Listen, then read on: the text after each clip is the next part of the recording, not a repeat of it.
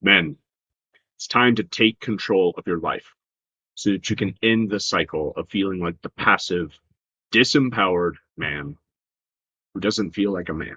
Because that's the reality, right? In that situation, if you're disempowered, if you're passive, life is pushing you around. You're at the mercy of life. And it means life is passing you by. And the hard thing is you look in the mirror and you have to deal with yourself, with the disappointment that comes with looking at yourself and feeling like I should be further along by now. I should have accomplished something or just achieved more by now. And maybe you just feel, or just the situation of feeling, or at least I should know what, be on track to achieve something, right? Should have the confidence and the certainty and the clarity that comes with a clear path of knowing what my purpose is, knowing where I'm going in life, and not even having that. So it's time to take control of your life so that you can step into your purpose and your calling and step into your confidence, which is so desperately needed. We need men, good, strong, capable, wise men, now more than ever, because our society is just bankrupt for healthy masculinity, right? And we've all suffered for it. I don't know what your childhood was like, but I know that it's a generational issue at this point, is the lack of healthy masculinity. Strong, healthy, and wise. And that's very important because we live in a culture now that attacks masculinity and even has this stupid term of toxic masculinity. But then, is there unhealthy expression of masculine energy? Yes. And there's also very unhealthy expression of feminine energy. So it's ludicrous to think that one is evil and the other is good. Either one imbalanced is completely unhealthy and detrimental to a person, a family, and a society. And those three things really go all tie together because there's your own internal community, which comes from the word communion, which means right harmony. Communion is growth, is working together. So there's your own inner communion, right, between your brain, your mind, your heart, your gut. These aspects of your being that we can feel so disconnected from. Most men just live in their head, right? And then classically, yeah, men are more rational. They're, archetypally more rational, going to think things through, but you can't think out your way out of your problems that you deal with when it comes to an emotional level. And that's where the real pain lives. And that's where we got to get to. So few men are willing to go there because it's uncomfortable. But you have to if you're really going to heal and step into your power. All right. Otherwise, you'll always be at the mercy of life. So community begins within, and then it extends to our close relationships and our family, especially, right? And family then being the pillar of a culture, a society. So we have the degradation of society, which happened with the degradation of family, which happened with degradation of the human being in general in our modern world, because that's the madness. The insidious message that we're all really up against is that it's not okay to be yourself, that who you are is not acceptable, and that you should be something different. And then you would be accepted and praised by society and maybe even respected. Because look, you have all these pathetic layers of false identity slapped on yourself that are nothing really in the end more than just an aberration of who you are. The most powerful thing, the most rebellious thing you can do in today's world is to be your true self. Shed the layers instead of putting more on, desperately hoping that some label will set you free when nothing can set you free. And this is the hard line.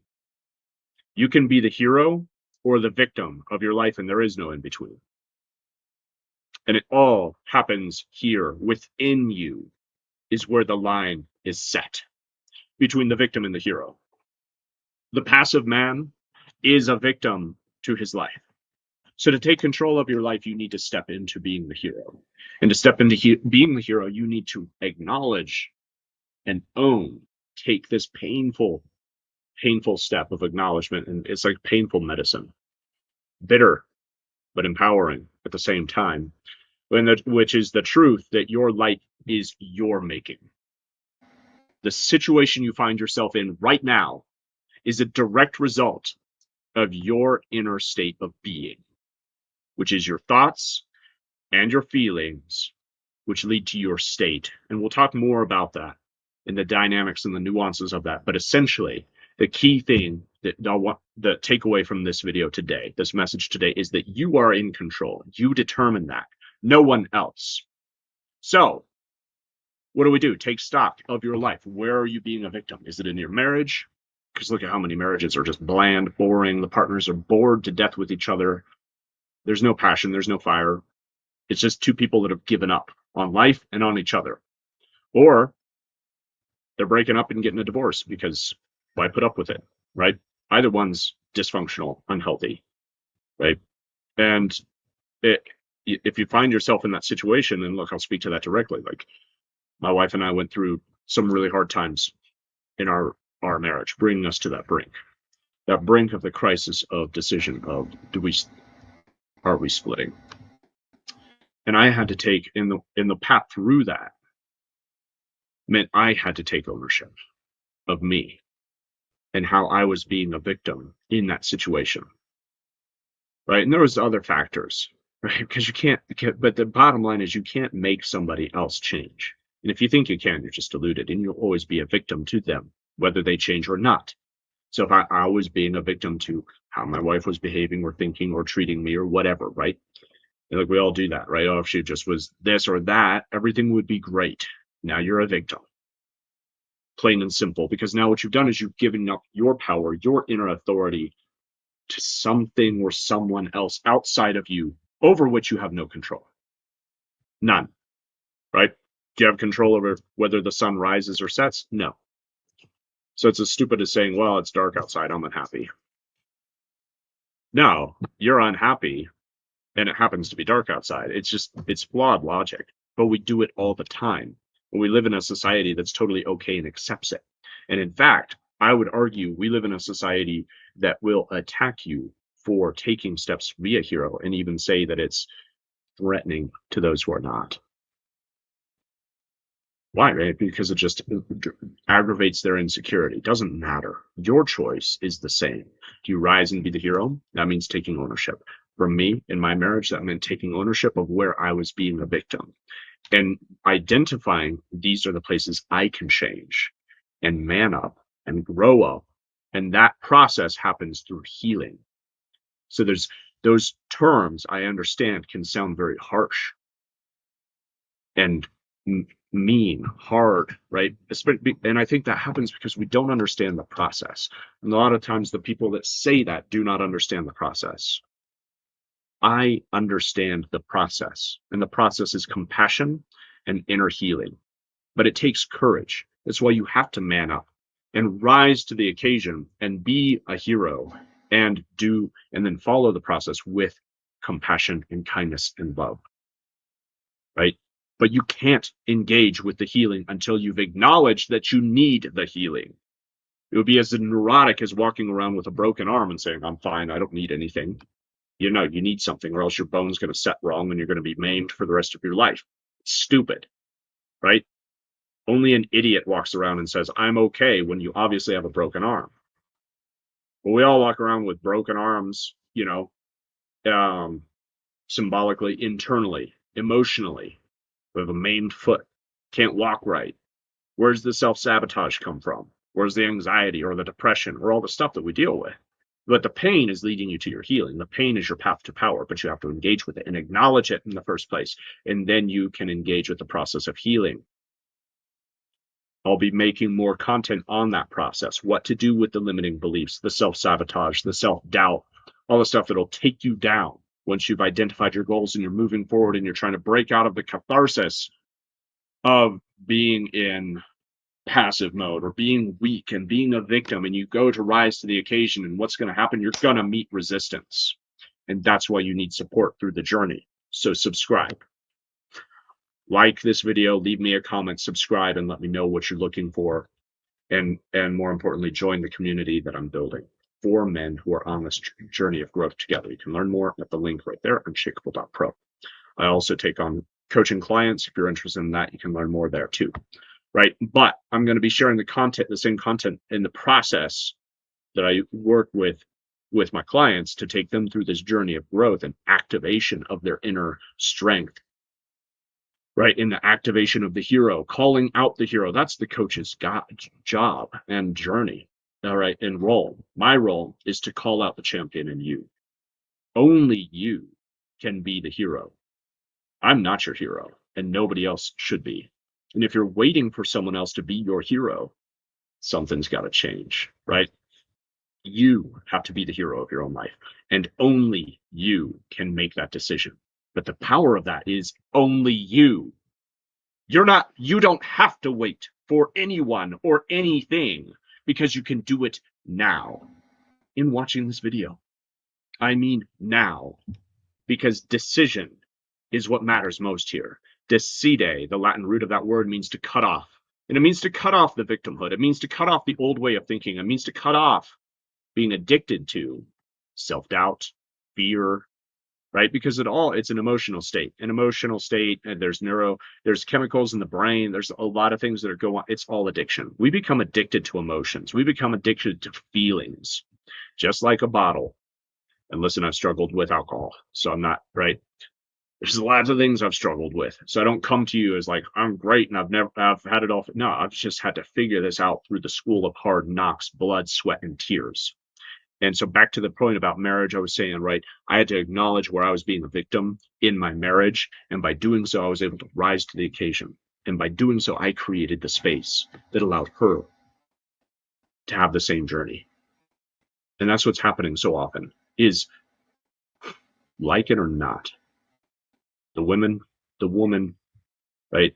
Your marriage, your relationship, wherever it is, if you're struggling there, she's waiting on you to take the lead. She's waiting for you to be the hero.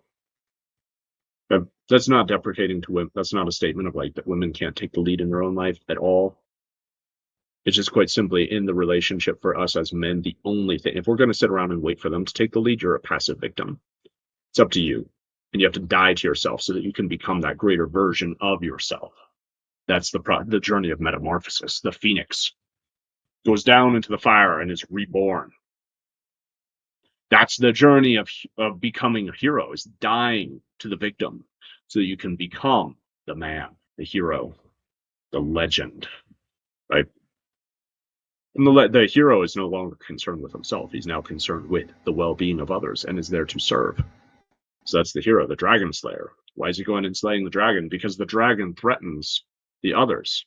And that you have the choice. Do you hide in your hovel, cower, and go, oh no, there's a dragon, it's scary? Or do you rise up and recognize there's a dragon? Someone's got to go face it before it comes and devours all of us. And I would rather die trying. That's the hero's decision. That's what I challenge you with in this video. What are the dragons you face in your life? Fear, self-doubt, maybe it is addiction, whatever it is. We all have dragons in our life. And they don't disappear, but you become stronger and more capable the more that you engage with the battle, with the process. And that's how you become the hero, is by taking ownership that nothing outside of you has power or authority over your life. It is all internal. And you, and only you, have the power and the authority to make that decision, to choose to be the hero, right? To take that ownership, that if anything does have authority over you, because things do, because you've given it to that situation, to that person, to that dynamic, whatever it is, right? Think about like bad relationships, some toxic person in your life, and they're no longer around. But do you still give them power? Do you still give them authority by thinking about them and what they did to you and brooding over it? That's what I'm getting at. Same thing with money. We live in a culture that just is totally okay with being a victim to money. I don't have enough. I can't afford it. Blah, blah, blah. And I'm not saying go buy stuff you can't afford. I'm not saying to go, do things that are stupid.